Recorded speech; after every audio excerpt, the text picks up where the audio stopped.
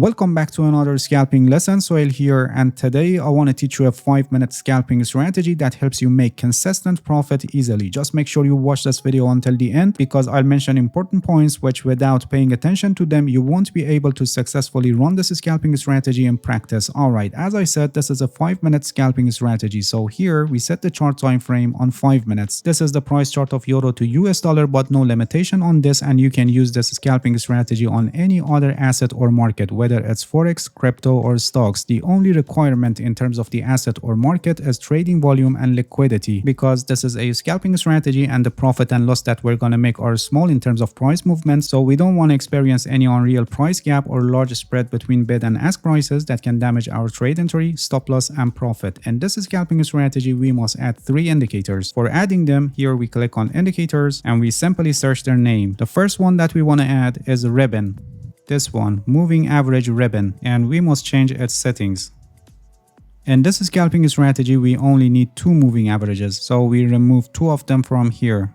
Both of our 2 moving averages should be exponential moving averages, so we set EMA for them, and both of them should be with length of 20. So here for this one, we also set 20. For the first one, it should be based on high, and for the second one, it should be based on low. Alright, as you can see, we have a moving average channel that is following the price action closely. The next indicator that we should add is Andean oscillator. This one, which is an editor specs indicator, and it's written by Alex Grover. We're going to use this indicator with its default settings, and it's going to help us with confirming short-term direction of the market. And the last indicator that we should add is CCI. This one, Commodity Channel Index, and we should change its settings. Here for the length, we set it at 100. Alright, everything is already set on the chart, and let's see how we trade based on this 5-minute scalping strategy. We use this CCI for identifying trends, longer term trends of the market. When CCI line is below the center line, which is 0, the market is in a downtrend, and when CCI line is above 0, the market is in an uptrend. So when CCI line is below 0, we should look for short position opportunities. Now we must take a close look at the price action. We want at least one candle that is closed inside this moving average channel, and after that we wait for a candle that is closed below the channel. When the candle is closed below the channel, then we take a look at the Andean oscillator to see if it confirms the short-term downside movement of the markets or not. The red line is above both of green and orange line, so declining of the price is confirmed, and we can open a short position here as this new candle is opened. The stop loss for this trade is placed above the moving average channel, and the profit at the level that makes risk to reward ratio equals 2.